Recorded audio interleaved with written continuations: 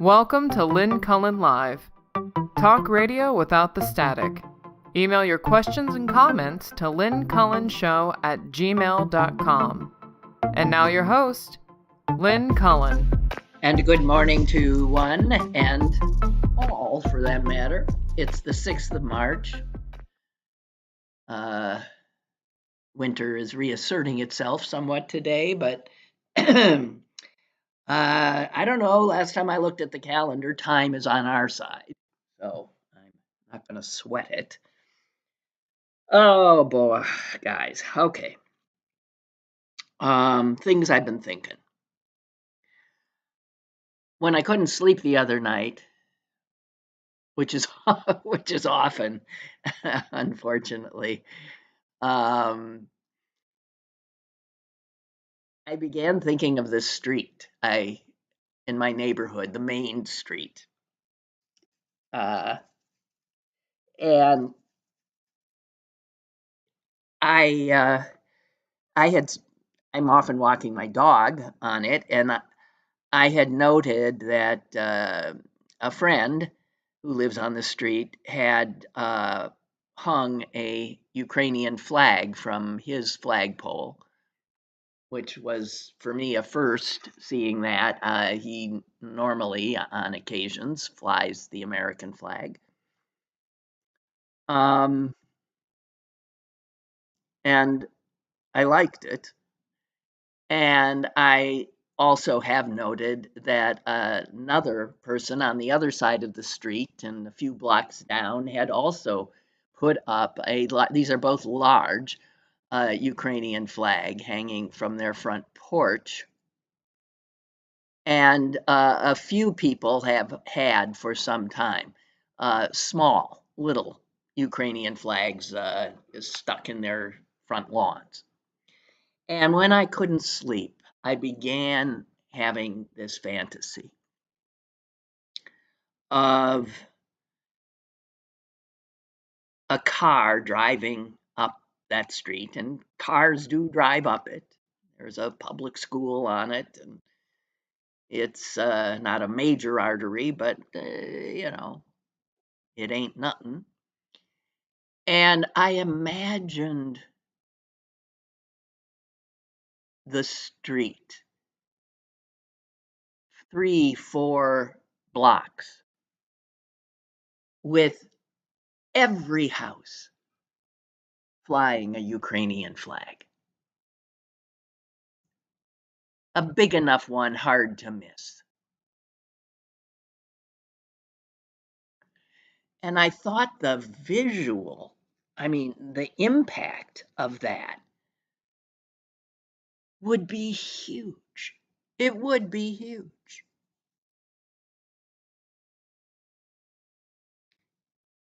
And then I thought, well, let's do it. But this is the part where I'm not good. I'm not good at the organizing. And I thought, what I'm going to do is I'm going to go buy the flags. And I'm just going to give them to my neighbors, some of whom I know, some of whom I don't know, along with a letter saying what my vision is. Now, I don't know their politics. I don't know. But it was something I thought I can do. And then I was thinking, well, it ain't just my street. Maybe it's your street too. And maybe if some of us who have the means, as I said, the flag factory in where is it? Castle Shannon has 3 by 5 foot Ukrainian flags for $15. And some of us who have some disposable income could scarf up a bunch. Don't take them all before I get there. They're going to have to order more. But if you could see a vision like that, and the impact it would have. That, you know, you can't have just a few. That doesn't have an impact. You'd have to have a pretty, and I'm imagining that if 5 houses on the street do it, and the other houses have a flag that got dropped on their doorstep, and knowing that the pressure and a little bit of peer pressure might make others join. I don't know. And for people who are scaredy cats, like that, somehow sticking their neck out, there's safety in numbers, and I cannot believe we're at a point where showing support for a beleaguered democracy that has been invaded by a brutish power in the first land war in Europe since World War II. I can't believe that that should count as a controversial choice. So, anyway, that's I'm passing that vision I have on to you. And then I'm thinking that if enough streets are doing it, a call to a local television station saying, you know, there's something happening here. And again, coming from TV, that's a visual story. So the video is there, the pictures are there, and that creates a pretty obvious statement that despite what our government is doing, we stand with Ukraine. Just saying. And if any of you want to get involved in anything like that, feel free. As I said, I'm not a organizer kind of person. I'm just not. I'm a just operate on my own. Other things that I did want to tell you about, there is another fundraiser for something that I wanted to alert you to. Excuse me. It's called the De-Ice Ball. Not the ice ball, the De-Ice Ball. And it is a fundraiser that will be held at Temple Sinai. That's my synagogue, Temple Sinai on Forbes Avenue in Squirrel Hill on March 19 from 7 to 9. That's a Wednesday night. And there will be, you know, refreshments and dancing, but really what it's about is coming and giving some money to a fund that is used to bail out ICE detainees. And that would be used here locally. This program, I believe, was initially set up by Casa San Jose, which works with the immigrant community here. Also joining it is the Jewish Action Pittsburgh, the Labor Council for Latin American Advancement, and Temple Sinai, and another social justice organization called Bend the Arc. They're all behind it. They're asking for whatever you can give, and for whatever you can give, they'll give you, as I said, some music and to be with like-minded good people. What again, the money will be used to get people who are caught here by ICE, to get them out temporarily out of detention. And I am told that 80%, 87% of ICE detainees who do get the money to get out, and it's thousands, it's like 2,000 to get one person out. Anyone who can get out has a fighting chance of not being deported. If they don't get bailed out, they've got next to none. Okay. So again, this is a way that all of us can do something to help the people who the Trump administration is going after, literally. They are people who are hardworking. They are people who have family here. They are people who often work for us. They are people who pay taxes but receive none of the benefits that other taxpayers do.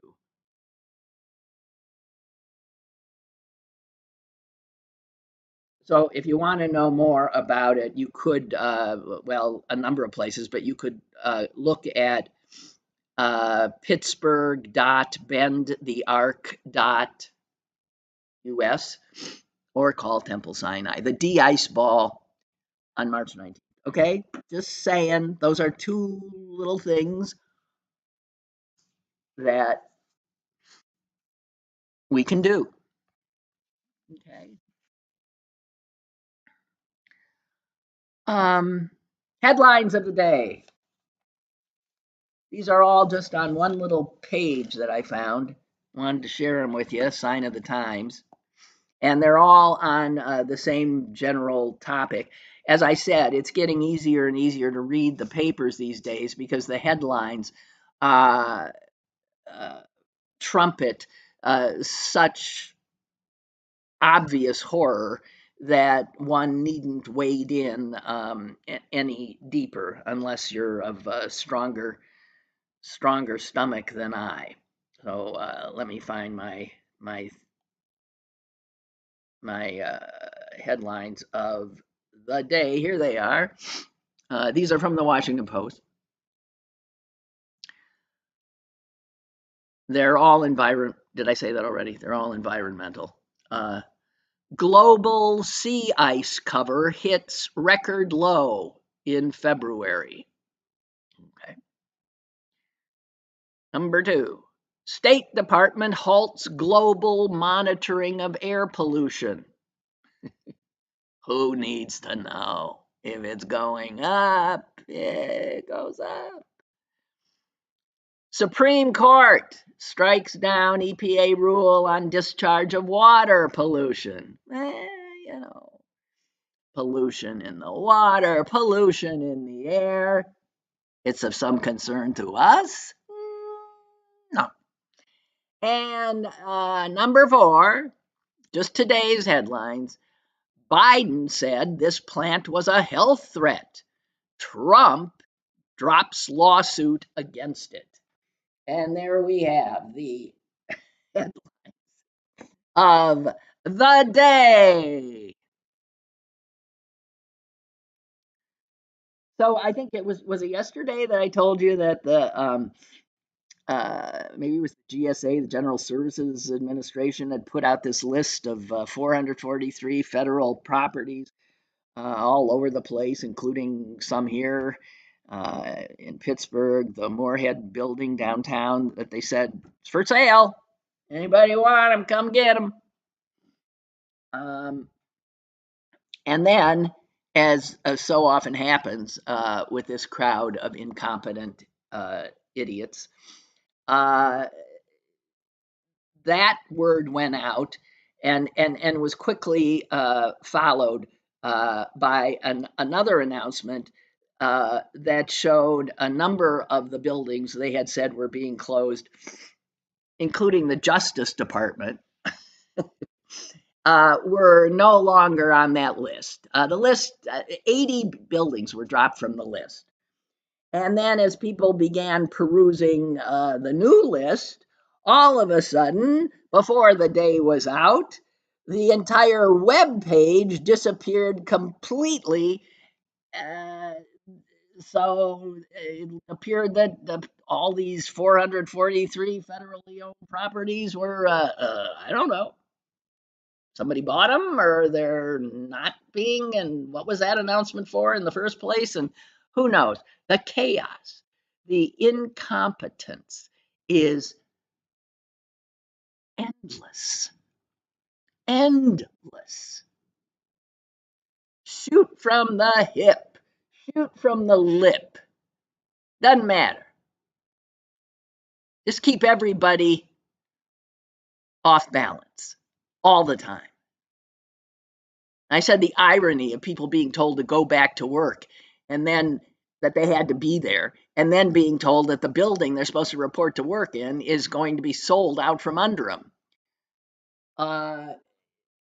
You can't make it up. Okay, so this list, by the end of the day, the list of 443 federal buildings had disappeared altogether and was replaced by a comment that said, list will be coming soon. Well, oh my God in heaven. You know, and these are the guys that are firing willy-nilly, not even asking, what is it you do here? Yeah, not even understanding half the people they're throwing out the door. Not, and and I guess the only way you are allowed to fire someone is for, they've got to show they're incapable of doing the job. And most of the people they've been firing have positive reviews. They've been doing the job fine. They've got great records, stellar employees. You're out. You're out. And they say they've not performed up to snuff. Again, it's like Alice in Wonderland, is it not? These incompetent fools who clearly are showing every day they don't know what they're doing, rampaging through our government.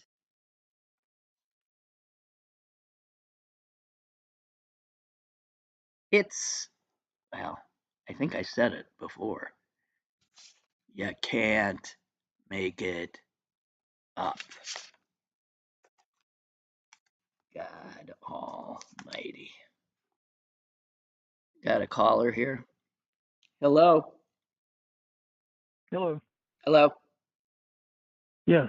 Hey, the only good thing about that deregulations and that is it's found that most of the companies don't do it because it costs them too much to change it back.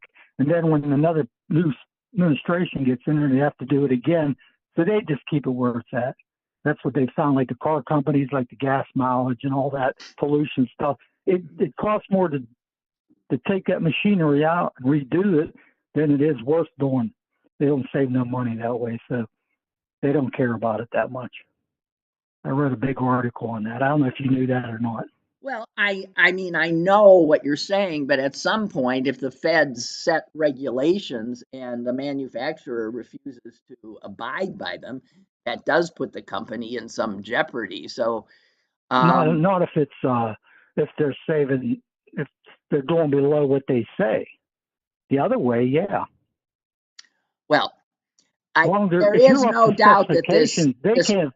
You could fight that in a court. well, there's Just like no doubt electrical that this contractors. back and forth, a Democrat comes in and puts regulations and says we're going to electric cars, and everybody gears up to do electric cars. Then the mag rats come in and say, gas, gas, drill, baby, drill. And then you're right. I mean, then all of these companies are supposed to reconfigure on a dime and start to, it's absurd. And it is certainly no way to help American business, No. jerking them around left, right, and center, without a doubt. Oh God. Okay. Well, Yeah. thanks. Okay. Appreciate Thank it. you. Bye. Okay. Bye. Mm-hmm. So, just a heads up you heard of a thing called mass resistance? Yeah, well, it's not on our side. I'm just saying. It's because I feel that's what we have to be, mass resistance. No, it's a right-wing organization, and they are doing what right-wing organizations often do. They are working at the state level, and they are getting into state legislatures bills that would overturn gay marriage. Now, let's just say the odds of that I don't think are good. That's a Supreme Court ruling. However, in the current climb, I really don't think it would be wise to not be aware of and or pay attention to these folks. They're going into state legislatures. They are introducing identical bills that challenges the verdict, the Supreme Court verdict in Obergefell v. Hodges, which gave gay people the right to marriage. And they've already they're hard at work in Idaho, or these are states where these things are going to get traction. Idaho, North Dakota, South Dakota, Montana, and strangely Michigan, but there they are. The court, of course, cannot be compelled to revisit this, and who knows? But just so you're aware, okay?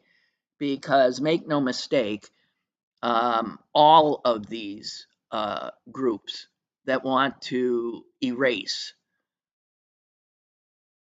every bit of forward movement that has occurred in the last 100 years, they are locked, loaded, and feeling pretty tough. And they have reason to, right? So,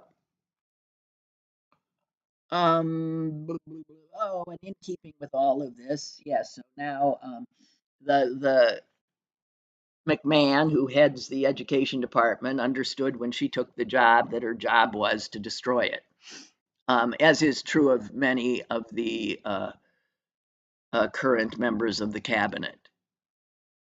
You take the Department of Interior, you destroy the Interior. You take EPA, you destroy EPA. You take national health and you destroy national health. That is your mission. So she's already put out she's told the staff that they're there to end it.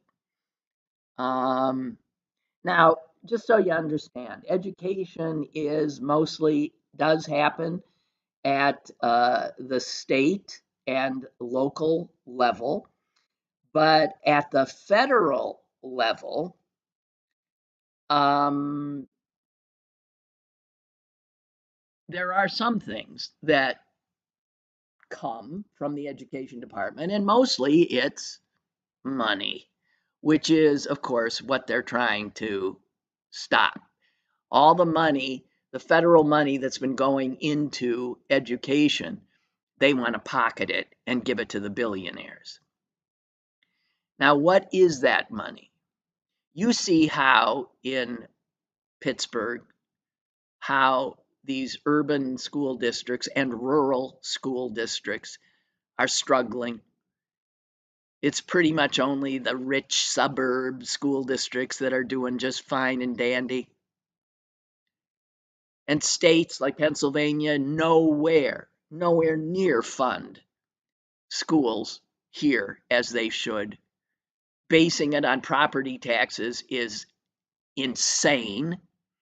It keeps rich schools rich and poor schools poor.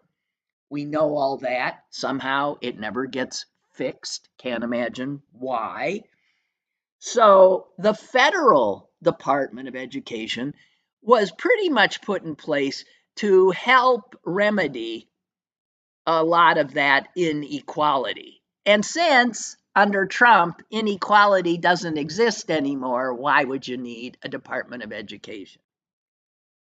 But on a yearly basis, that federal department, which they're going to now destroy, gives out over $18 billion to highly impoverished K through 12 schools.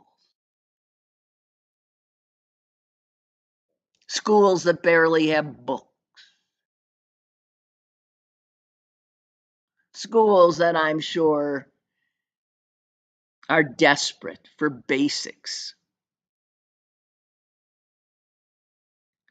And they're going to pocket that and give it to the rich. There's another 15 billion that has been from the federal education department going to help education of students with disabilities. Ah, screw them! Excuse me, but that's the mantra of the magrats. The president, when we first met him, was showing that disabled people were to be mocked, not helped,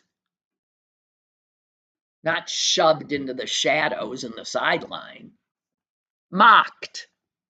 So that, I just want to clarify, is what we will, again, be taking the hit. Not the suburban districts. All you white liberals in the suburbs, rest easy. No, it's the little black and brown and white kids in the city school systems and the rural systems that will continue to lag because they don't have the resources to be taught.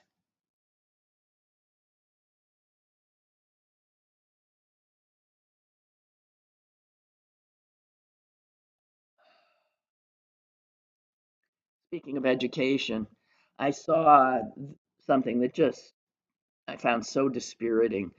It was a piece in, I think, The Atlantic, uh, written by a woman who is an author, and her most recent book is called Spell Freedom. And it's a book about a woman I never heard of, named Septima Poinsett Clark. And she is now deceased, but she was a pistol. A black woman in the South who spent her life trying to lift up other black people, training them to assert their civil rights, their constitutional rights. And the woman who wrote the article and wrote the book was scheduled to be giving an address on this woman at the Jimmy Carter Library and Museum in Atlanta. And she was informed recently by her publisher that her event at the Carter Library had been canceled. And she also then found out that that was not the only thing that had been canceled. That any program that had to do with subject matter like hers about what? Black women helping other black people? No.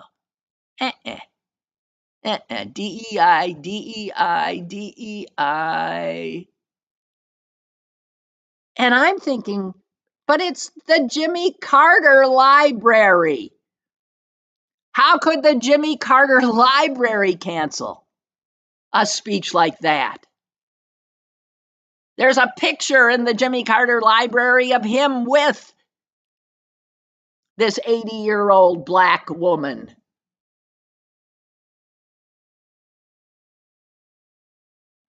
But see, the Jimmy Carter Library, it turns out, is run by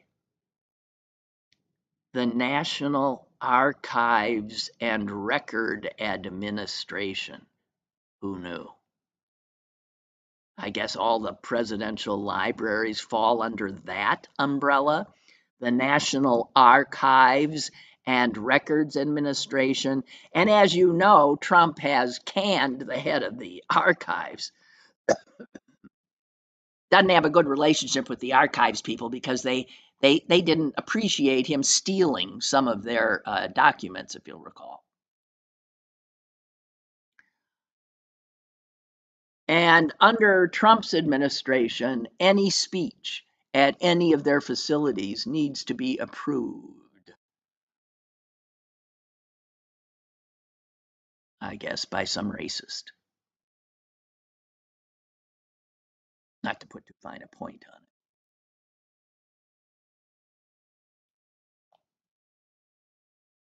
And so that speech has been canceled.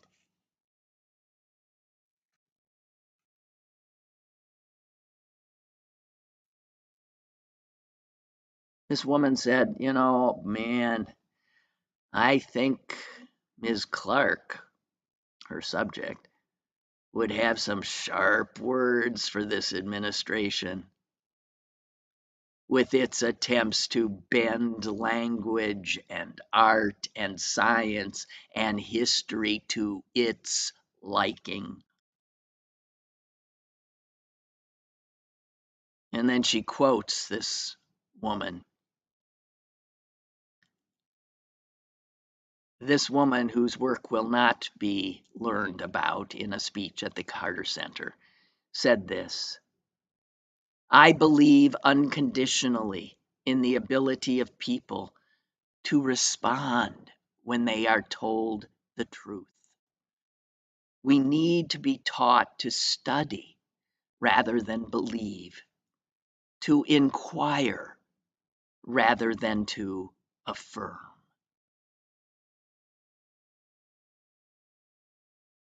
These are the kinds of words and teachings that are not favored by the current administration, where you are only supposed to learn to believe what they say and to obey. A little more on her, since we're not going to learn much about her. She was a widowed grandmother who lost her job and 40 years of pension benefits in 1956 when she refused to renounce her membership in the NAACP. Can you imagine this? Okay, so remember, 1956, this is the McCarthy era. Republicans, yeah, again, doing what they do. And anyone who belonged to the NAACP was considered to be a commie, a subversive. And a lot of states, Southern mostly, outlawed membership in it. I suspect maybe, I don't know what her job was, maybe it had some state, she lost everything because she refused to resign from the NAACP. She was a teacher. Oh, okay. She was a teacher. It didn't deter her. She developed what she called citizenship schools all across the South. She trained tens of thousands of Black citizens to read and to write and to reclaim their voting rights. In her life, she stared down the Klan. She knelt in prayer before a sheriff's tank. She guided the hands of the poor and unlettered so they could hold a pencil and sign their name at the voter registration office. But her story is not allowed to be told now in a building controlled by the Trump administration, because her story is seen as unpatriotic.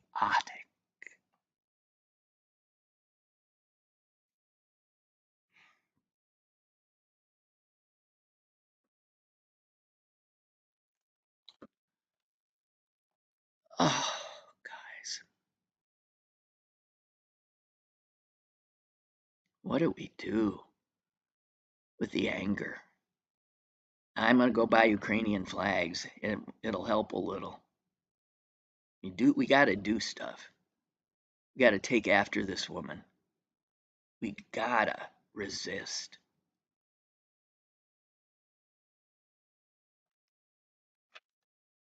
So I heard something on I think it was the news yesterday that made my skin crawl and my blood run cold.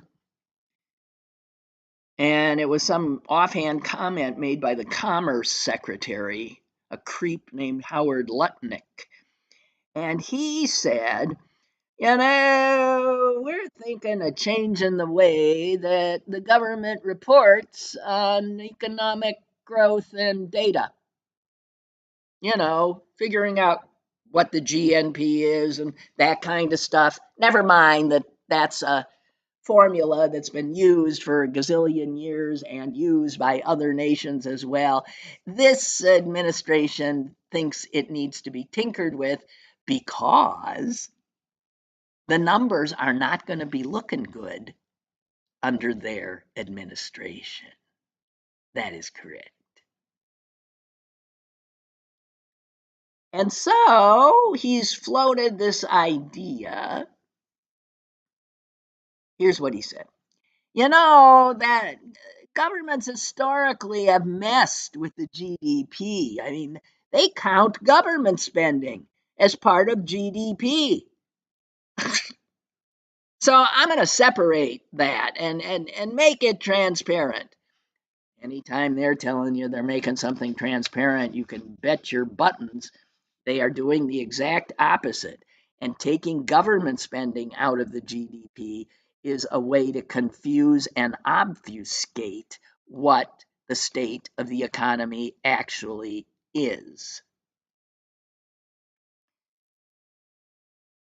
The GDP is a amalgam. It tallies up consumer spending, private sector investment and spending, public spending, all it's a measure of all the goods and the services produced in a country at a certain point and in time. And he wants to take the government's contribution to the GDP out. Now, why would that be? Well, because it's going to force the GDP down, which is not a good sign. Because they're going to give all the money to the oligarchs and they ain't going to spend it on, impoverished schools and pollution and, planes flying safely, stuff like that. So economists generally were befuddled when they heard this. They said, what? They're excluding the government's contribution entirely? That doesn't make any sense. And here's how they explain it, very simply. I mean, that would imply that, teachers at a private school contribute to the national economy, but teachers at public schools don't. It would mean that a government investment in infrastructure or healthcare or disaster relief or national defense hold no economic value, which is nonsense. Here's how one economist put it. Whether a federal agency buys pencils or a private business buys pencils, you want to measure that pencils were bought. It doesn't matter who's doing the buying.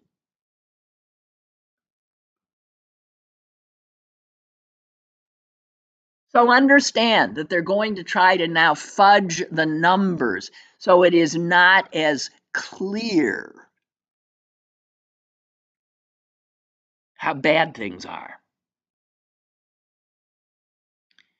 In fact, Lutnick's department, the Commerce Department, just killed off a number of advisory committees that provide feedback and guidance to the federal groups that put these statistics together. These committees are made up of experts from the private and nonprofit sector. They were not paid for their work. They just added their expertise, and he informed them all, thank you so very much, we don't need you anymore. They were terminated last month.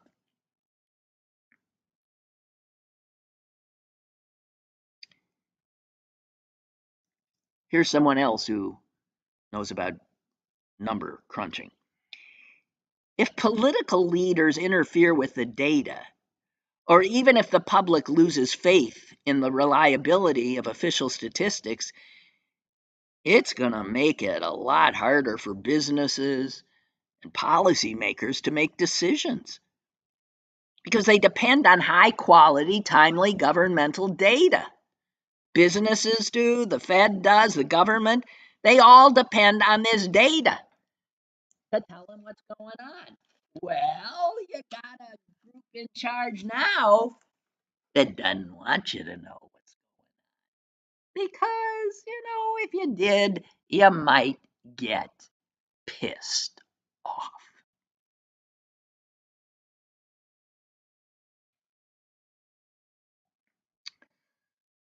Oh, boy. So a guy behind, a lot of the chaos is, as you know, a billionaire, richest man, Musk. And I don't think it's noted enough that he is drugged out of his mind. I mean, it is bizarre. You can tell just looking at him a lot of the time, and his body language and his behavior and the weird stuff he does. He's high as a kite.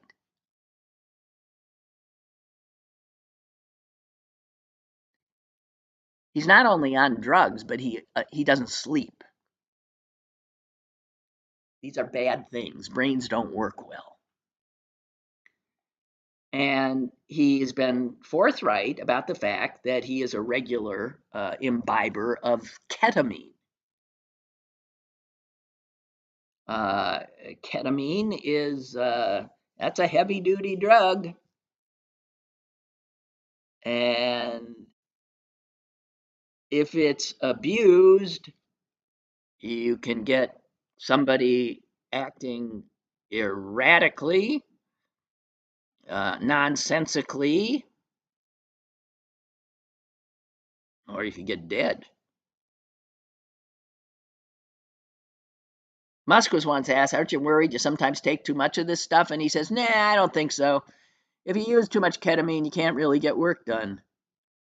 Well, you can argue that the work he's getting done is so fucked up, it's beyond belief.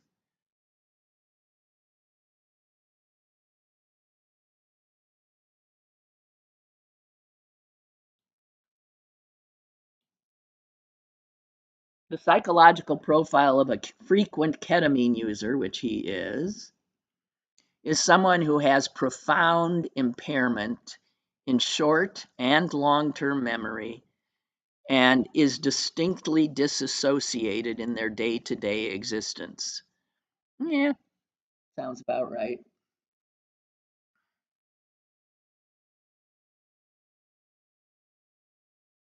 Sounds about right.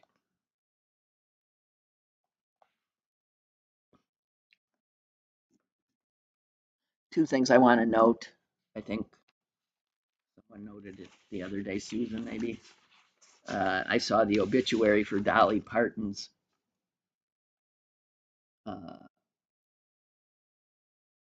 husband. Excuse me, I was trying to read an email. Um, and I just wanted to share it because we didn't know him. He was such a private guy. And it's fascinating to think that someone with her public persona and profile um, would have sustained a 60-year marriage to a guy she met outside the wishy-washy laundromat in 1964. And there's something so wonderful about it, and shows that on one level she is who she has always been.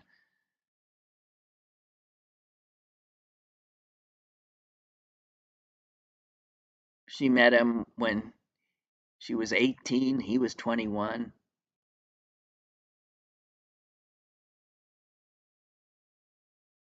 Her first hit song, Jolene, she wrote and sang. She wrote it because her husband, Carl, he seemed to be going to the bank a lot. And she saw why. It was the bank teller. That bank teller was flirting with her husband and he was enjoying it.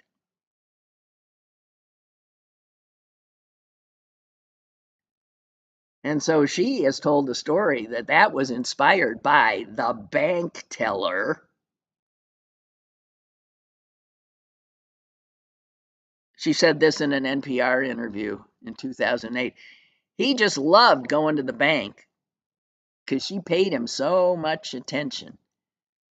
It was kind of like a running joke between us. When I was saying, hell, you're spending a lot of time at the bank. I don't believe we've got that kind of money. So the song makes it sound like it's a lot more of a heavy duty thing. She didn't feel really, I don't think, threatened by it, but her way of letting him know was probably to write the song. Please don't take him just because you can.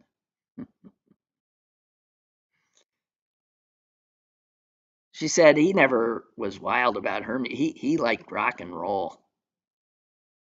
That's his music. He went with her to one award ceremony and was so miserable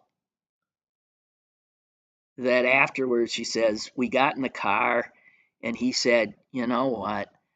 I want you to do really well, but I ain't ever going to more of them damn things. No, we never did. And we never saw him. And they had something special.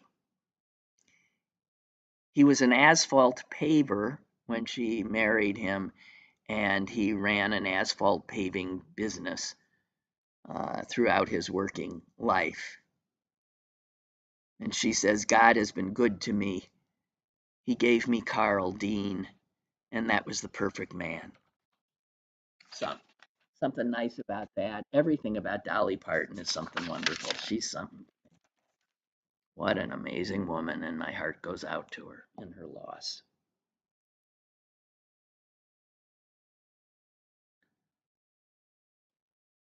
Here's another uppity judge who has just said Trump can't hold on to money that was meant for the states. He's put himself above Congress. Has he now? Okay, A few other little things that I need to get in here before we say ta-da for this week.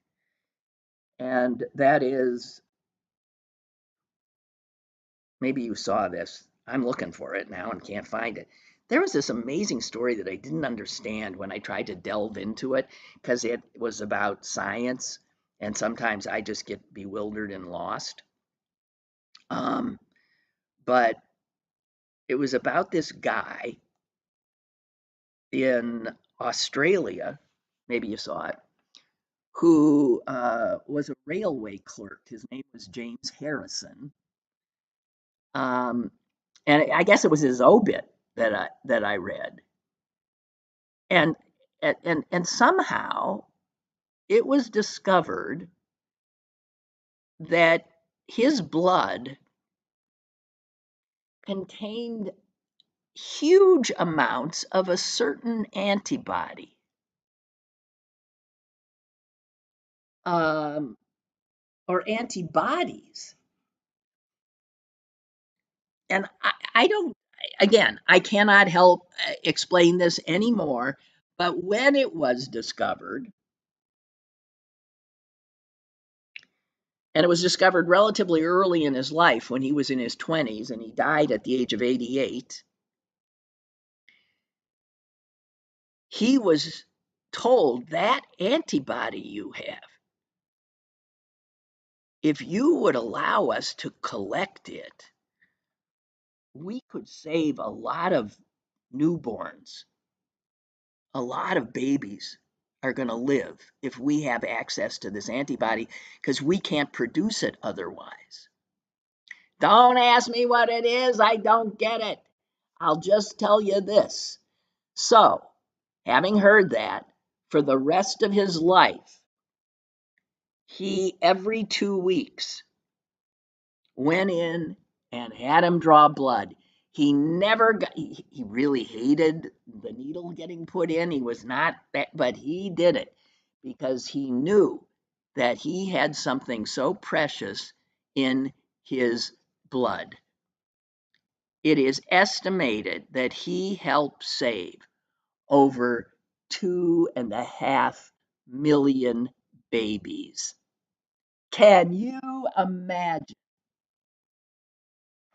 Can you imagine?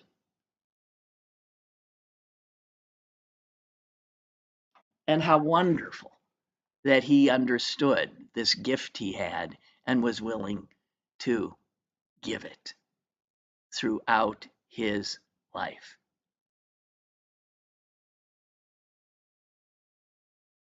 James Harrison, Australian railway clerk,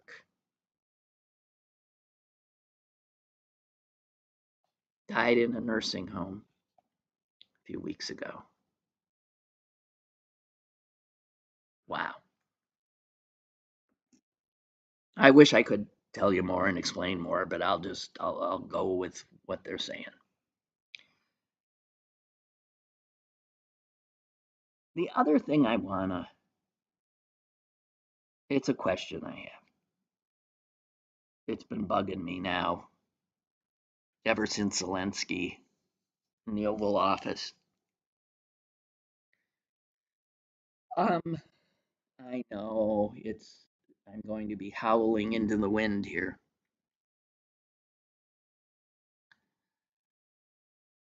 I'm wondering why the young protesters, with all of their passion and their rage, aren't seeing that this moment they could be so helpful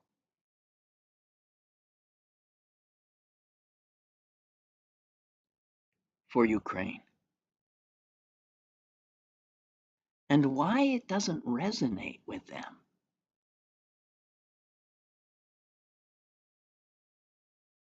the way Israel Gaza does. I mean, I've asked the question before.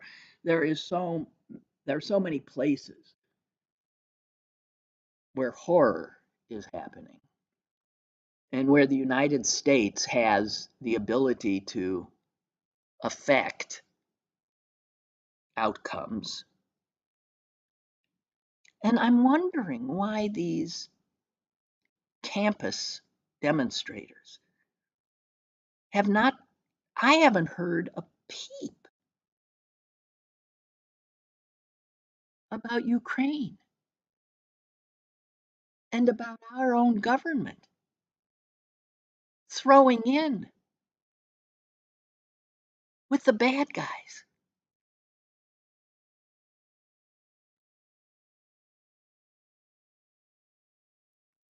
Pulling our intelligence from Ukraine, pulling the weapons from Ukraine, leaving them sitting ducks to the brutality of Vladimir Putin. They, Ukraine, representing democracy, Western democracy. That's what we used to be the leader of. Russia representing brutality.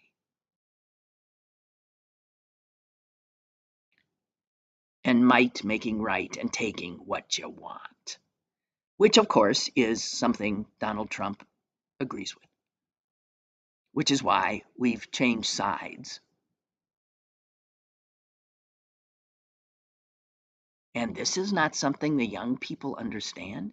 Is it because they're so young and they didn't live through post World War II? It's so ancient history to them. They don't understand the importance of these alliances to their security, to their privileged lives. I find it mind blowing.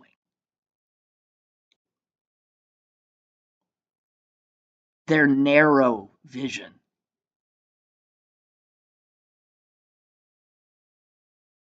We're surrounded by so many with such cramped vision, cramped hearts, inability to take in more than one thing at a time.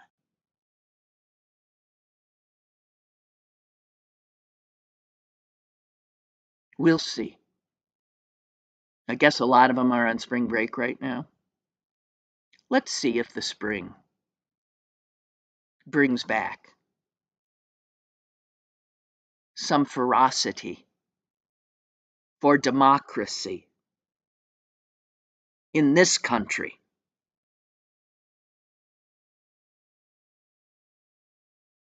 This is an entire generation wasting their moment. I don't understand what is wrong with them.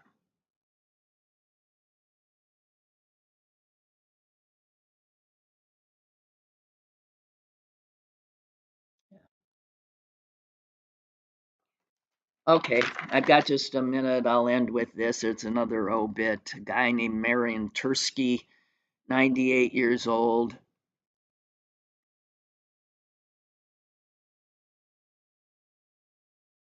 He survived Auschwitz.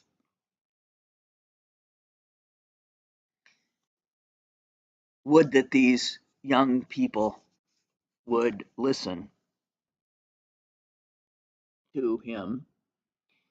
At the 75th anniversary of the liberation of Auschwitz, he said, well, he warned about the huge rise he was seeing in the same kind of hate and anti-Semitism that he saw as a young boy. And he said this: Auschwitz did not fall from the sky. It began with small forms of persecution of Jews. It happened. It means it can happen anywhere. That is why human rights and democratic constitutions must be defended. The 11th commandment is don't be indifferent. Do not be indifferent when you see historical lies. Do not be indifferent when any minority is discriminated against. Do not be indifferent when power violates a social contract. If you are indifferent, before you know it, another Auschwitz will come. This time perhaps for you or your descendants. He spent the rest of his long life warning people about indifference.